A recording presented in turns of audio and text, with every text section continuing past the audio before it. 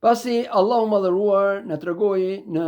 ajetet e surës El-Kehf për mënyrën se si I ruajti këta djem në atë shpellë për vite me radhë, për 309 vite radhazi, vjen tani momenti I zimit të tyre dhe thot Allahu madhëruar në lidhje me këtë moment: "Wakadhalika ba'athnahum liyatasaalu bainahum." Kështu ne, siç I vendosëm ata në gjumë, I zgjuam ata prej atij gjumi që të pyesin njëri tjetrin.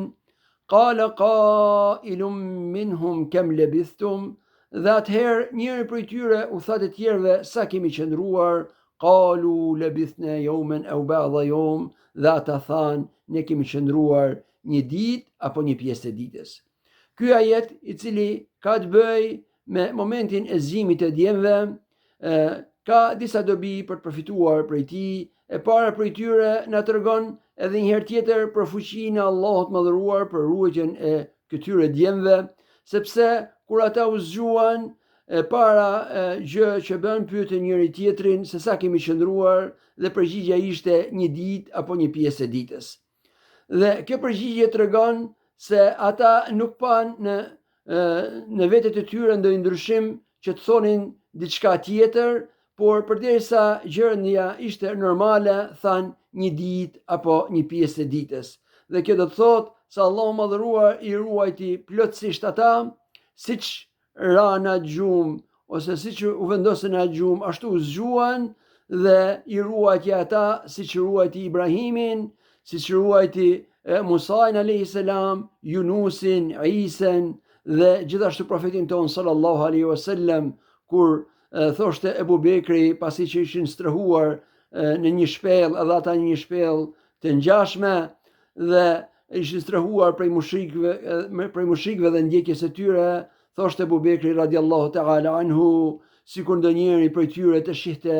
poshtë këmbëve të tij, do na kishte dalluar, por ishte ruajtja e plotë e Allahut madhëruar që ata të mos I shihnin ata, profetin sallallahu alaihi wasallam dhe Ebu Bekrin. Kjo është e para. E dyta, nëse Allahu madhëruar e mundsoi zgjimin e këtyre djemve pas 309 vitesh, atëherë kjo gjë tregon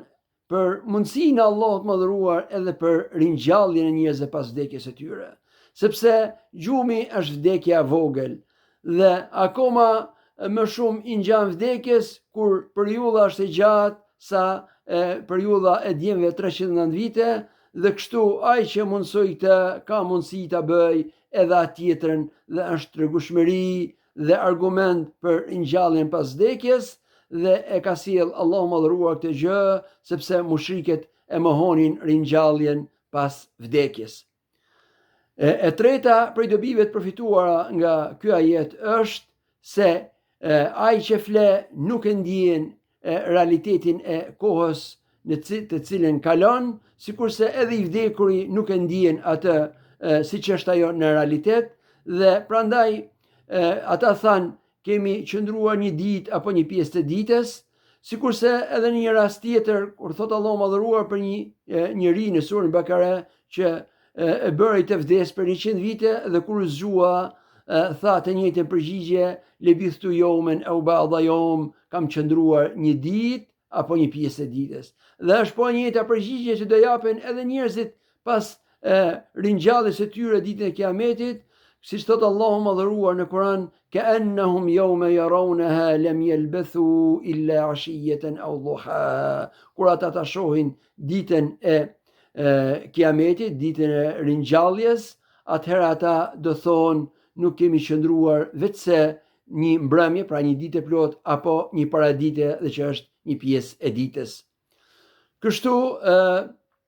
Allahu madhëruar e bëri realitet zgjimin e tyre dhe tregoi madhështinë e tij edhe një herë tjetër në momentin kur ata u zgjuan.